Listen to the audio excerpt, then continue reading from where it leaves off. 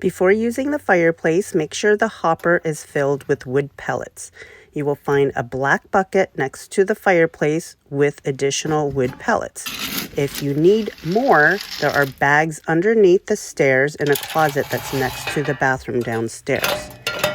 Once the hopper is filled, it will last you 2 days of continuous use.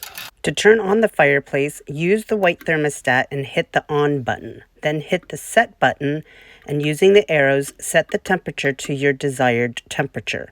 65 is very warm and will keep the entire upstairs very comfortable. You will know that the fireplace is starting to work when you hear the fan go on and you hear the wood pellets drop. It kind of sounds like popcorn kernels. It will take a full 15 minutes for it to completely ignite and power on. Once the fireplace is on, it will self-regulate and turn on and off as needed to maintain your desired temperature. However, if it stays off for more than 30 minutes because the townhouse is warmer than the temperature you set, it will completely power off and you will need to start the unit again.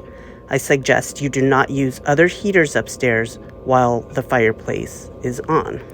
On the left of the fireplace is an air intake regulator. It should be in the optimal position. However, if you find that the flame is too large, push it all the way in, then slightly pull it out an inch. That is the optimal position.